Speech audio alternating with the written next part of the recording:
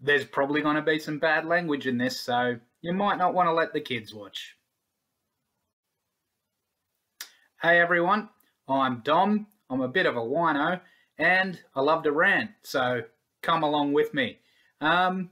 Just wanted to talk today about the amazing performance that the man, Bobby Knuckles, the Reaper, Robert Whittaker, put on this past Sunday against Kelvin Gastelum in Vegas. It was a flawless performance, pretty much perfection, putting it up there on the level with Holloway's performance against Cater earlier this year. And from the opening bell, he seemed to have his range and timing in. He didn't need any feeling out time. He was sharp, had all the snap on his punches, had his range in, and was hitting that jab as soon as Kelvin moved into his distance. And everything that Kelvin did, it seemed he was one step ahead. The movement was amazing. He got out of the way of most of Kelvin's shots. And before the fight, Robert was talking about how he was, a little wary going in, knowing that he'd never fought in the small cage before. And certainly that inhibited his movement a little bit. It was a lot quicker for Kelvin to be able to back him up towards that cage and stop him from circling out. But he handled it beautifully. And the times that he did get, a little trapped in there and couldn't move out, he always got his guard up to stop that big left from Kelvin, which is Kelvin's main weapon. He's knocked a lot of people out with it. So that was great to see. He basically looked like he was operating in the Matrix. Like everything Kelvin did, he was a step ahead. And that was from the opening bell. I remember between rounds 1 and 2, we had Rafael Cordero saying to Kelvin, "Oh, all he's got is that straight right." And I was thinking to myself, like, I know what you're doing there. Like, you're trying to pump your fighter up, like, make him think that he's still in this, still got a chance. But, I mean, when there's something so clearly not true, like, does that make him doubt the other advice you're giving him? Because he clearly had more than that right cross. He had the strong left jab. He had the leg kicks. He had body kicks. He had what he's always got, that amazingly quick right high kick that he landed flush on Kelvin in that first round and took away his equilibrium for a moment there. He had the double underhooks takedown, and then he had the ground control on top. It's like he's got all these weapons, and you're saying all he's got is the right cross. It just can't possibly be true. So not only did he win every round, he did it convincingly, and he looked better than, to be frank, he's ever looked. So that kind of segues into the title shot. I can't believe the amount of media I heard afterwards talking about, oh, these past few weeks, we've had like a little middleweight tournament brewing here. There's been no middleweight tournament. First of all, a tournament is when you've got like brackets either side, quarters, semis, meet in the final. You win your way through the brackets. It's not just 3 fights over concurrent weekends and whoever performed the best gets the title shot. That's not a tournament. And the other thing is, Whittaker didn't need to be in a tournament, in my opinion. Like, he'd already done enough with his wins over Till and Gastelum. Not Gastelum, Cannonier. And then the fact that he'd been put in a third match with Gastelum, like, if he won that, the win's enough, man. The win is enough. So this idea that there was a tournament and that it was about who performed the best, like, it's absolute rubbish. The other thing, slight tangent here, UFC seems to be a little averse to tournaments, which is a shame. I'd really love to see one. Like, there's been, a few occasions over the last few years where divisions have seemed to kind of line up to be open for a tournament. The latest example being when Khabib vacated the lightweight belt because he decided to retire. You easily could have put 8 men in a tournament there and had them fight out with the winner getting the belt. Like, that would have been amazing. But for some sad reason, the UFC just doesn't seem interested in him. But yeah, the fact that the media was still playing that game, like saying it had to be about performance when a win definitely should have been enough. And most of them since then, I've seen them kind of fall into the line of logic, all saying that Whittaker definitely deserves the next shot. But I saw a video pop up on I was either Facebook or YouTube today from old Uncle Chael. Like, you got to love Uncle Chael. And he's still putting the argument forth that maybe Vettori deserves it more than Whittaker, which is just, it's just ridiculous. And I know what Chael's doing. I know his shtick.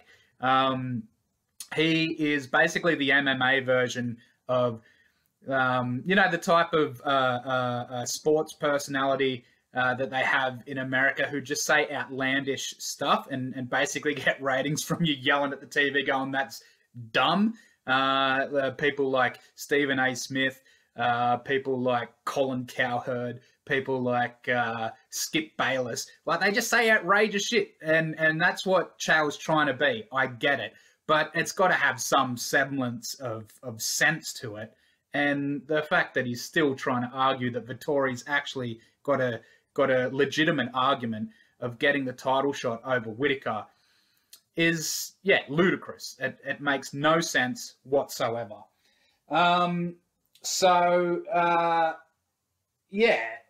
Like, no one, like, the reason he earned it just on the win is because no one in UFC history has had to do that much to get a title fight again. I actually went back and I did a little research before doing this video, because from memory, and I've been watching quite a while, I'm what they used to call a tough noob. I came in around 2005 when the first season of Tough came in, because that was the first time it came readily available here in Australia. But I couldn't remember there being a situation before where a former champion lost and had to win 3 fights to get back to the title. To my surprise, going back through the history, I did find 2 who had to do that, but none of them did it the way Whittaker did it. The first was Tim Sylvia. He lost to Andrei Arlovsky, but then his next fight was outside of the UFC. He won that, then he came back, he won another 2 in the UFC, and then he got his title shot against Arlovsky. So that's 3 wins in a row, but it's not 3 UFC wins in a row. And he still got the shot after the 3rd one. The other one, which surprised me, was Rashad Evans. After losing to Lyoto Machida, he had to win 4 to get back. But once again, it's not how it seems when you look at it on paper, because I did a little digging into that, and it turns out after losing to Machida, he beat Thiago Silva.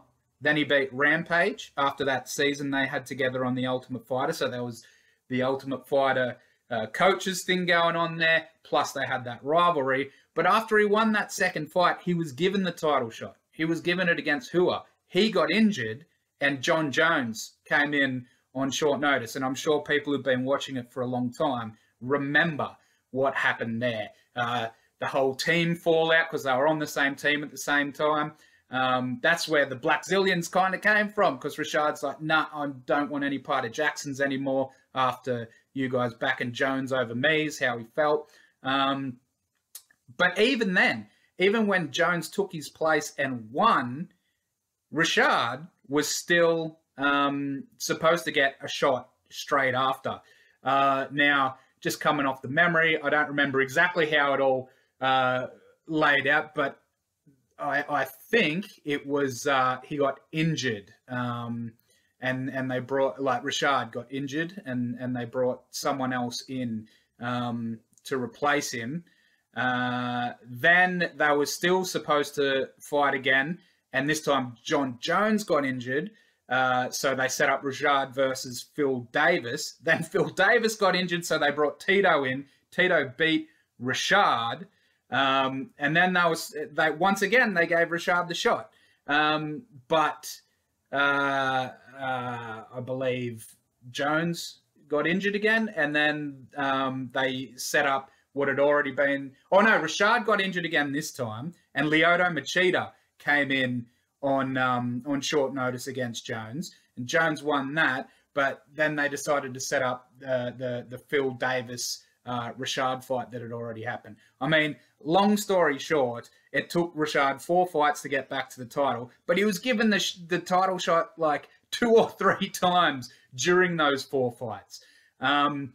Now, when we go to people who've had to win 2 fights to get a title shot, I was surprised that there are actually a few of those. I took note of all of them, but being a wino, I was kind of making note of it on my voice recorder, and I accidentally deleted it, and it had taken me an hour or 2 to get it all done. So I was like, I don't want to go through that again. But I did remember off the top of my head that at least 2 of those were Rich Franklin, who lost to Anderson Silva. Then he had to win 2 fights. So I believe it was against Jason McDonald and Yushin Okami before getting his shot again.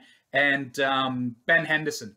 Now, he didn't end up getting a shot, but he won 2 fights and then got another non-title fight. So he would have had to go for the 3. Would have been one of the only 2 up to that point to do that. But then he lost that 3rd fight. So he didn't get the shot. I know I just went on a long tangent there, but long story short, no one in history has lost the title, just gone straight into 3 fights, no injuries. Well, none on his part. Whittaker did accept a fight against Costa, and Costa got injured, and Whittaker still accepted the short notice replacement with Gastelum. And he's won all 3 of those fights. He won all 3 of those fights as the #1 contender. So on top of an ex-champion losing and having to do that again, I've also never seen a #1 contender have to win 3 fights as the #1 contender to get another shot. So absolute lunacy that anyone could even try to argue against him getting the shot. And then hopefully I've made my case there. So thinking about that, I decided to go back and watch the first fight between Whittaker and Adesanya again, because, you know, that's the rematch we got coming up. And before going in, I was already thinking Rob's got a good chance in this rematch. His mental state is a lot better, which clearly seems to be a big factor for him. And his skills actually seem to have gotten sharper, but also he's got the added advantage of Jan Blachowicz has now shown the blueprint. Now, a lot of people seem to think that blueprint is, you know, just work for takedowns, and once you take him down, he won't be able to get back up. But we've seen through Adesanya's UFC history so far that that's just not true. He's got good takedown defense, and he's good at getting straight back up. Jan being so successful with the takedowns, I believe, was more about the sensible game plan he had coming in. And that was to play the counter game with Izzy for the first 3 rounds. But don't do it like Romero did. Don't just sit there and wait for Izzy to come to you, because he's a counter striker, so he'll just never come in. You've got to find this fine balance of you know, trying to get him to come into you, baiting him to come into you, making him work enough that he actually gets tired over those 3 rounds. Hopefully you'll win at least a round. But like I said, you got to play the counters with him, because if you're too aggressive, you're going to end up just falling into his traps and getting knocked out, like we've seen so many people before, and like we saw happen to Rob last time. So that blueprint's out there now. I'm not saying it's necessarily guaranteed to work next time, because I'm sure Izzy's going to plug those holes, but you've at least got the idea of how it could be possible. And that is, like I said, play the counter game with him, but make him work for 3 rounds, get him tied, then work your takedowns. And once he's tied, the takedowns come easier, plus he's going to struggle harder to get up. And yeah, once I went back and I watched the original fight between Rob and Adesanya, I got even more encouraged because, well, for one, I already didn't believe it was quite like a lot of people seem to remember, that it was just complete dominance from Adesanya from start to finish. He definitely did win clean. There was no problem with that stoppage. He knocked him out fair and square. There's no denying that. He was the better man on the night. He also knocked him down clean in round 1. That won him the round. But up until then, Rob was winning that first round, mostly on the jab, but he was landing other good strikes as well. I know Izzy was getting his reads, but this idea that it was just complete dominance from start to finish. And the other thing is that knockdown came in the last second of the round. Like, I thought it was the last 10 seconds or so. I knew it was late, but on the rewatch, like, it happened right on the bell. And fair enough, Rob was probably saved by the bell. He likely could have been finished off that, but he wasn't. He went into his corner, and the second round, like that first round, happened pretty much exactly how I remembered it. Just the knockdown coming later than I thought by about 9 seconds. The second round happened completely different to how I thought.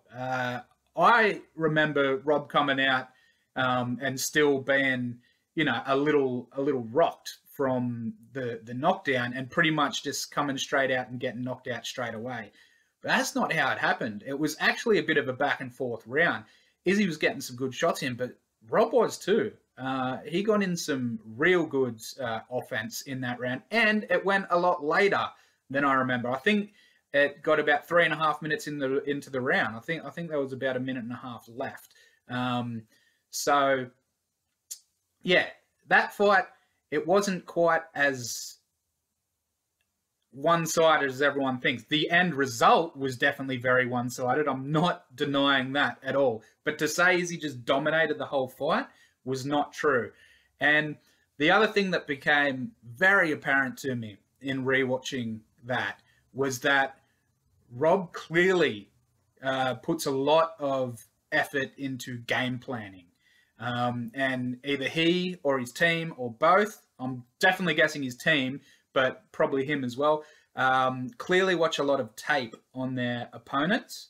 And what it seemed to me was he came into that first Izzy fight trying to utilize a Kelvin Gastelum game plan, because Gastelum and Izzy's fight, Gastelum actually did quite well. I think Izzy knocked him down. I know he knocked him down at least once, maybe twice, but Kelvin also knocked Izzy down. And that was a back and forth fight, absolute barn burner.